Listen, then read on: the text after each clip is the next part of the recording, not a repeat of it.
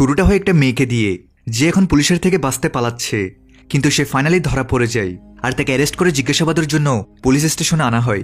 এখন অফিসার মেয়েটিকে তার নাম জিজ্ঞেস করে, কিন্তু তার নিজের নাম পর্যন্ত মনে নেই। আসলে পুলিশ একটা নির্জন আইল্যান্ডে 6 জনের লাশ পায়, যাদেরকে কেউ খুব বাজেভাবে মেরে ফেলে, আর সেখানে থাকা মানুষদের মধ্যে শুধু এই মেয়েটাই বেঁচে ফিরেছে। তাই পুলিশের সন্দেহ হয় যে এই মেয়েটি হয়তো বাকি 6 জনকে মেরে ফেলেছে। যদিও মেয়েটির এখন যেহেতু কিছুই মনে নেই, তাই একজন সরকারি ডাক্তার রেনি এসে বলে যে তাদের এই মেয়েটিকে একটু সময় দেওয়া উচিত, যাতে সে তাদের সব বলতে পারে। তার ধীরে ধীরে মনে পড়ে যাবে যে ও আইল্যান্ডে তাদের সাথে কি হয়েছিল, ওই 6 জনকে কে মেরেছে। রাতে মেয়েটি চিন্তিত হয়, ডাক্তার তাকে ওষুধ দেয়, যাতে এখন পরের দিনই মেয়েটির কিছু কিছু মনে পড়তে থাকে। আর সে বলতে শুরু করে যে তার নাম জেনা। সে তার 5 বন্ধুর সাথে একটা প্রাইভেট আইল্যান্ডে পার্টির জন্য যায়। আসলে তারা সব বন্ধু চাকরি আর পড়াশোনার জন্য অন্য দেশে চলে যাবে, তাই যাওয়ার আগে তারা শেষবারের মতো একসাথে মিলে পার্টি করার কথা ভাবে। এখন এদের মধ্যে থাকে টাইলার, তার ভাই কাইল, কাইলের গার্লফ্রেন্ড অ্যাশ, মার্ক আর জেনা, আর একজন কেয়ারটেকার কিথ। এদের মধ্যে মার্ক আর জেনার সম্প্রতি ব্রেকআপ হয়, তাই মার্কে পার্টির সময় সবকিছু ঠিক করতে চাই। ফাইনালি অনেকক্ষণের জার্নির পর গ্রুপটা আইল্যান্ডে পৌঁছায়, যেখানে টাইলার তাদের বলতে শুরু করে যে এখানে কোনো ইন্টারনেট, ওয়াইফাই আর টিভি নেই, তাই সবাইকে নেচারের মাঝে এনজয় করা শিখতে হবে। সবাই এখন বোট থেকে নিজেদের জিনিসপত্র নামিয়ে আইল্যান্ডের মাঝখানে থাকা টাইলারের বাবার ঘরে যেতে থাকে, যে অনেক বিলাসবহুল। জেনার অ্যাশলে মার্কের ব্যাপারে কথা বলে, যেখানে অ্যাশলে জেনাকে বোঝায় যে মার্ক এখনো তাকে ভালোবাসে, কিন্তু জেনা মনে করে যে তাকে একটা বেটার ফিউচারের জন্য মার্ককে ছাড়তেই হবে। দুজনে এভাবেই কথা বলতে বলতে ঘরের দরজায় দেখে যে এখানে তো একটা চাবির খেলনা গোল গোল ঘুরছে। এখন দুই মেয়ের মনে হয় যে টাইলার হয়তো তাদের সাথে মজা করছে, কিন্তু আসলে টাইলার কিছুই করে না। যখন টাইলার খেলনাটা উঠিয়ে দেখে তো তার পেছনে রিভেঞ্জ লেখা আছে। টাইলার এটাকে মজা ভেবে খেলনাটা ফেলে দেয়। অন্যদিকে মার্ক আর কাইল ফিশিং এর জিনিসপত্র নিতে যাচ্ছে। তখনই মার্ক কাইলকে বলে যে সে জেনাকে এত জলদি ছাড়বে না, আর এই ভ্যাকেশনের সময় সে নিজেদের সম্পর্ক বাঁচানোর পুরোপুরি চেষ্টা করবে। এখন প্রেজেন্টে মেয়েটির আরো কিছু মনে পড়ে যায়। জেনা পুলিশকে বলতে শুরু করে যে যখন কিথ বোট থেকে জিনিসপত্র নামাতে যায়, তখন সে বোটে একটা মেগান নামের মেয়েকে দেখতে পায়, যে তাদের বোটে লুকিয়ে ওই আইল্যান্ডেই পৌঁছে যায়। কেভিন তাকে নিজের সাথে ঘরে নিয়ে যায়, যেখানে মেগান জানায় যে সেও বড়লোকদের মতো পার্টি করতে চায়, এই জন্যই সে তাদের বোটে লুকিয়ে চলে আসে। আসলে মেগান তাদের সবার জুনিয়র, আর যেহেতু আইল্যান্ডটা মেন শহর থেকে অনেক দূরে, তাই সবাইকে না চাইতেও মেগানকে নিজের সাথে নিতে হয়। ওদিকে টাইলার আর মেগান তো সাথে সাথেই একবার সাথে মিশতে শুরু করে। এখন রাত হতেই সবাই পার্টি করতে থাকে। কাইলার অ্যাশলে বাইরে পুলে থাকে, তো ওদিকে মার্ক আর জেনা বাইরে নিজেদের ফিউচার নিয়ে কথা বলতে থাকে। এখন একা হওয়ার সুযোগ নিয়ে টাইলার মেগানকে নিজের সাথে অনেক বেশি ড্রিঙ্ক করিয়ে দেয়, কিন্তু কিছুক্ষণ পর মেগান টাইলারকে জানায় এখন এভাবেই সারা রাত পার্টি করে সবাই সকাল অনেক দেরিতে উঠে। সবার এখানে আইল্যান্ডে অনেক মজা হচ্ছে, কিন্তু এখন যখন তারা সবাই কফি খাচ্ছে, তখনই তারা নোটিস করে যে অ্যাশলির পোষা কুকুর এখানে আশেপাশে কোথাও নেই, আর অ্যাশলি নিজের প্যাট ডগ ছাড়া কখনই থাকে না, তাই সে তাকে খুঁজতে বেরিয়ে যায়। কিন্তু কিছুক্ষণ পরই হঠাৎ তাদের অ্যাশলির চিৎকার শোনা যায়। এতে সবাই জলদি তাকে দেখতে দৌড়ায়। তারা দেখে যে অ্যাশলি অনেক ভয় পেয়েছে, আর সে বারবার একটা গাছের দিকে ইশারা করছে। সবাই জলদি গাছের নিচে যায়, আর তারা দেখে যে তাদের এই প্রপার্টি কেয়ারটেকার কিথকে কেউ মেরে ফেলেছে, আর ওখানে ঝুলিয়ে দিয়েছে। তার পেটে ইভিল লেখা থাকে, মানে এসব কেউ কোনো মেসেজ দেওয়ার জন্য করছে। এখন এই দৃশ্য দেখার পর সবাই ভয় পেয়ে যায়, আর যেহেতু এখানে কোনো ফোনের সিগন্যাল আসে না, তাই মার্কার টাইলার বোট নিয়ে পুলিশকে ডাকতে যায়। টাইলার তোর আগে আশেপাশের এলাকা দেখতে চলে যায়। এছাড়া মেগান, জেনা আর অ্যাশলে ঘরে ফিরে এসে নিজেদের ঘরকে লক করতে থাকে, যদিও অ্যাশলে আবার বলে যে তাকে নিজের কুকুর খুঁজতেই হবে। আর যখন সে জেনার বোঝানোর পরেও তার কথা শোনে না, তখন জেনা শেষমেশ অ্যাশকে ঘরে থাকতে বলে নিজে মেগানের সাথে অ্যাশের কুকুর খুঁজতে বেরিয়ে যায়।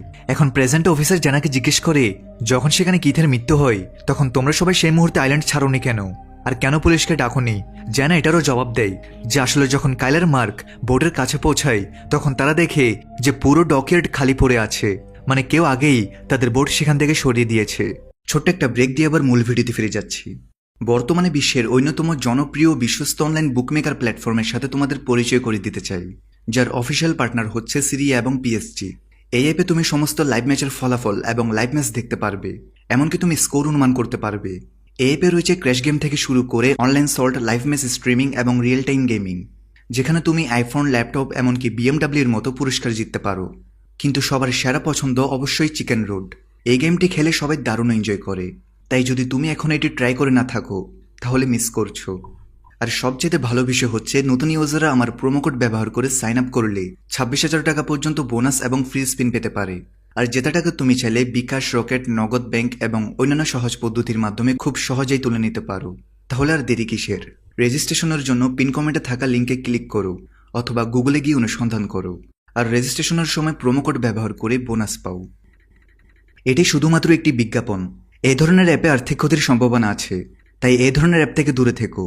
আর বোট ছাড়া তারা কোথাও যেতে পারতো না, তারা ওই আইল্যান্ডেই ফেসে যায়। এছাড়া এখানে সিগন্যাল না থাকায় তারা বাইরে কারোর সাথে কন্ট্যাক্টও করতে পারে না। যদিও তাদের মনে হয় যে হয়তো ওই কিলার কিথকে মেরে তাদের বোট নিয়ে এখান থেকে পালিয়ে গেছে। অন্যদিকে এখন ফিরে আসার সময় কাইল মার্ককে একটা সত্যি কথা বলতে থাকে যে কিথ শুধু তাদের এখানের প্রপার্টির কেয়ারটেকার না, বরং সে কাইলার টাইলারের সৎ ভাইও। আসলে তাদের বাবার তাদের মা ছাড়াও বাহিরে আরও এক মহিলার সাথে অ্যাফেয়ার ছিল, যার থেকে কিথের জন্ম হয়। আর একদিন কিথ তাদের বাড়ি আসে, কারণ তার কাছে যাওয়ার মতো কোনো জায়গা ছিল না, তাই তার বাবা তাকে রেখে দেয়। কিন্তু তাদের মা তাকে কখনোই মেনে নেয় না।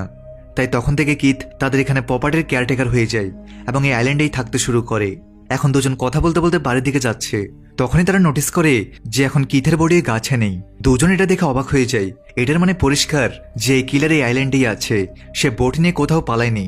তো ওদিকে অ্যাশলে যে বাড়িতে একা ছিল, এখন সে বাহির থেকে নিজের কুকুরের আওয়াজ শুনতে বাহিরে বেরোয়। অ্যাশলে ওই আওয়াজের পিছু করে বাহির পর্যন্ত চলে আসে। এখানে সে দেখে যে সামনে একটা হট টাবের কাছে তার কুকুরের কলার পড়ে আছে, যা দেখে সে এটা ভেবে ভয় পায় যে তার কুকুর কোনো টাবে ডুবে যায়নি তো। তাই সে জলদি নিজের ট্যাঙ্কে ঢুকে নিজের কুকুরকে খুঁজতে থাকে।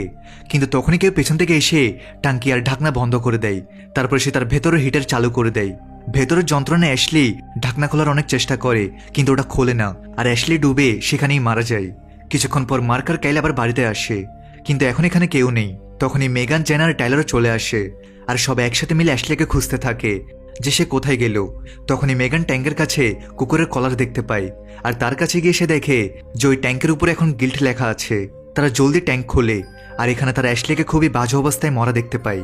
প্রথমে কিথ আর এখন অ্যাশলে, মানে কেউ একজন একজন করে সবাইকে মারছে। তার উপর দুটো বডির কাছে লেখা শব্দগুলো থেকে এটাও পরিষ্কার যে ওই কিলার তাদের থেকে নিশ্চয় কোনো জিনিসের প্রতিশোধ নিচ্ছে। এখন যেহেতু এটা অনেক ছোট আইল্যান্ড, তাই তারা সবাই নিজেদের উপরই সন্দেহ করতে থাকে। তখনই মার্ক তাদের ঝগড়া করতে বারণ করে।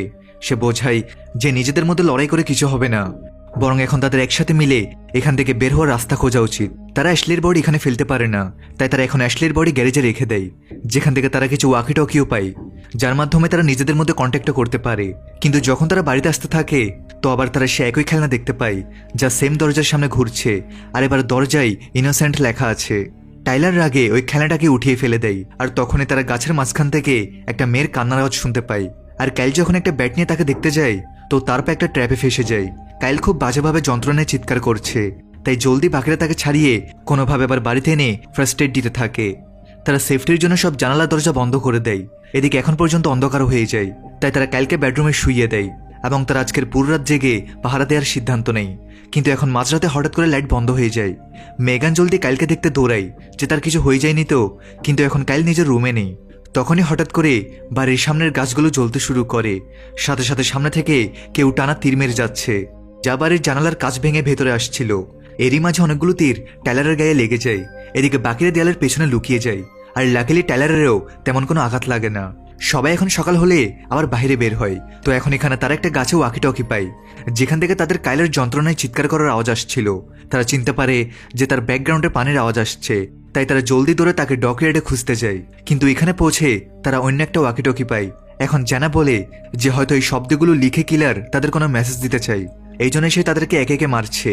তাই এখান থেকে সব মেম্বার ওই শব্দগুলোর লিস্ট বানাতে থাকে, যা কিলার তাদের সবার জন্য এখন পর্যন্ত রেখেছিল। আর এই সব কিছুর মিলে একটা নাম রেজিনা বের হয়। এখন এই রেজিনা নাম শুনেই টাইলার বাজেভাবে ভয় পেয়ে যায়, কারণ সে তো এই নামের মেয়েকে আগে থেকেই চিনে। আর সে এখন সবাইকে রেজিনার ব্যাপারে বলতে শুরু করে। আসলে রেজিনা তাদেরই কলেজের একটা সহজ সরল শান্ত মেয়ে ছিল। সে ফ্রেশার ছিল, যার সাথে টাইলারের বন্ধুত্ব হয়। কিন্তু একদিন টাইলার রেজিনাকে নিজের বাড়িতে ডেকে তাকে নিজের হাউস পার্টিতে কিছু মদ খাইয়ে দেয়। আর তারপর যেটা হওয়ার ছিল, সকালে যখন রেজিনার জ্ঞান ফিরে, তো সেই সব বুঝতে পারে। সে কাঁদতে কাঁদতে নিজের বাড়ি যেতে চায়, কিন্তু তারপর টাইলার তাকে ব্ল্যাকমেল করতে থাকে। আসলে সে তাকে বিনা কাপড়ে রেকর্ড করে নেয়, তাই সে বলে যে এখন তো তাকে সবসময় ওই দুজনের কাছে আসতে হবে। আর তারপর যখন তারা রেজিনার সাথে জোর করে, তখনই হঠাৎ রেজিনার ব্যালেন্স বিগড়ে যায় এবং সে একটা চাকুর উপর পড়ে গিয়ে সেখানেই মারা যায়। টাইলার আগে জানায় যে সে আর কাইল দুই ভাই ভয় পেয়ে যায়, তাই তারা পুলিশের থেকে বাঁচার জন্য রেজিনার বডি চুপিসারে আইল্যান্ডে এনে পেছনের অংশে দাফন করে দেয়, যাতে তার ব্যাপারে কেউ জানতে না পারে। কিন্তু হয়তো কেউ তাদের এই কাজের কথা জানতে পারে, আর এখন সে তাদের সবার থেকে এটারই প্রতিশোধ নিচ্ছে। এখন এটা শোনার পর তো সবাই টাইলারের উপর রেগে যায় যে সে এমনটা কেন করলো। এদিকে মেগান বলে যে তার তো এসবের সাথে কোনো লেনদেন ছিল না, তাই তার কথা অনুযায়ী ওই কিলার তাকে মারবে না। আর এটা বলে সে বাড়ি ফিরে যেতে থাকে। তবুও মার্ক তাকে একটা ওয়াকি টকি দিয়ে দেয় যাতে সে কন্ট্যাক্টে থাকে। আর বাকি সবাই এখানে ওখানেই যেতে থাকে, যেখানে আগে টাইলার কাইলের সাথে মিলে রেজিনাকে দাফন করে, আর বাকি সবাই ওখানেই যেতে থাকে। কিন্তু এখন যখন তারা ওই জায়গায় ঘুরে দেখে তো এখানে রেজিনার বডি ছিল না, কাইলকেই মেরে দাফন করে দেয়। সবাই তাকে দেখছেই, তখনই তারা মেগানের মেসেজ পায় যে সে এখনই ঘরে কিথকে জ্যান্ত দেখেছে। এখন এটা শুনে সবাই অবাক, কিথ তো আসলে সবার আগে মারা গিয়েছিল, সে জীবিত কিভাবে হতে পারে? মানে হয়তো সে মরার নাটক করে সবাইকে এখন পর্যন্ত মেরে আসছে। এখান থেকে টাইলার আগে দৌড়ে একা বাড়ি যায়, কিন্তু এখন এখানে কেউ নেই। সে সাবধানে চাকু নিয়ে সব জায়গায় দেখতে থাকে। এরই মাঝে একটা বক্স থেকে একটা সাপ বেরিয়ে আসে আর সে টাইলারকে কামড় দেয়। তার আওয়াজ শুনে মার্কার জ্যানাও চলে আসে, কিন্তু এখন তারা কিছুই করতে পারে না, তাদের কাছে এই সাপের বিষের অ্যান্টিডোট নেই। আর দেখতে দেখতেই টাইলার তাদের চোখের সামনে মারা যায়। মানে এখন শুধু মার্কার জ্যানাই বেঁচে আছে। তাই তারা সিদ্ধান্ত নেয় যে তারা মেগানকে খুঁজে এখান থেকে বেরিয়ে যাবে। দুজনে পুরো বাড়িতে মেগানকে খুঁজতে থাকে। তখনই হঠাৎ তাদের সামনে কিথ চলে আসে আর সে জ্যানাকে ধরে ফেলে। মার্ক তাকে বোঝাতে থাকে যে রেজিনাকে টাইলার মেরেছে, এতে তাদের কোনো দোষ নেই।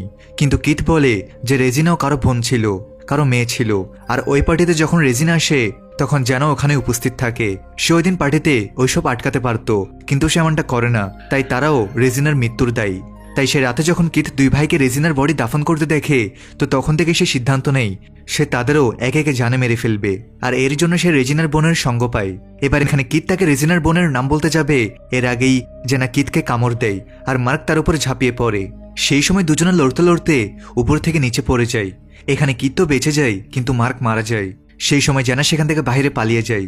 এখন প্রেজেন্ট অফিসার জেনাকে জিজ্ঞেস করে যে মেগানের কি হয়, কারণ তারা মেগানেরও বডি পায়, তাকে অনেক চাকু মারা হয়। আর এখান থেকে জেনা তাদের রিভিল করে যে আসলে এসবের পেছনে মেগানই থাকে, কারণ সেই রেজিনার ছোট বোন থাকে। সেই কিথের সাথে মিলে সবাইকে মারার প্ল্যান বানায়।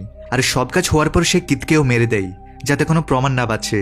কিন্তু যখন মেগান জেনাকে মারতে যায় তো সে নিজেকে বাঁচানোর চক্করে মেগানকে মেরে দেয়। আর তারপর সে ভয়ে পালাতে থাকে। আর সেম ওই টাইমে তাকে পুলিশ ধরে ফেলে। এখন জেনার মুখ থেকে পুলিশ সব ঘটনা শুনেছে। তারা বলে যে জেনার প্যারেন্টস তাকে নিতে আসছে, তাই সে এখন নিজের রুমে গিয়ে যাওয়ার প্রস্তুতি নিয়ে নি। অফিসাররা তাদের এই পুরো কেস সলভ করে নিয়েছে। ডাক্তার রেনি একা জেনার সাথে কথা বলতে চায়। সে বলে যে জেনার কিছু কথা ভুল আছে।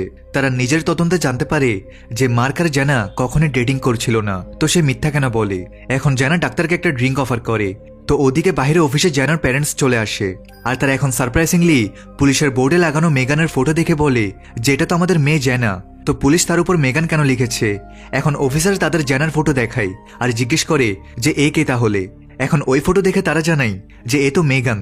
আর এখানেই ঘটে সবচেয়ে বড় টুইস্ট। আসলে যে মেয়েটিকে অ্যারেস্ট করা হয় তার নাম মেগান, কিন্তু সে অনেক চালাকি করে বাঁচার জন্য নিজের নাম জেনা বলে। আসলে সেই রেজিনার আপন বোন ছিল, যেখানে তার মৃত্যুর বদলা নেওয়ার জন্য কিথের সাথে মিলে আগে একে একে সবাইকে মেরে দেয়। আর তারপর শেষে মেগান পুলিশ থেকে বাঁচার জন্য কিথকেও মেরে দেয়। কিন্তু যখন সে সেখান থেকে পালাচ্ছিলই তো পুলিশ তাকে ধরে ফেলে। তো তখন সে বাঁচার জন্য নিজের নাম জেনা বলে। মানে শুরু থেকেই জেনা মেগানের জায়গায় থাকে। এখন সত্যি জানার পর অফিসার জলদি মেগানের রুমে দৌড়ায়, কিন্তু এখানে পৌঁছে সে দেখে যে মেগান তো ডাক্তারকে বিষাক্ত ওষুধ খাইয়ে বেহুশ করে পালিয়েছে। ওদিকে মেগান তো ডাক্তারের ড্রেস আর আইডি নিয়ে সেখান থেকে বাইরে বেরিয়ে যায় এবং সেই পুরো গ্রুপকে মেরে সে ফ্রি হয়ে যায়। আর এই শকিং এন্ডিং এর সাথে এই মুভি এখানেই শেষ হয়।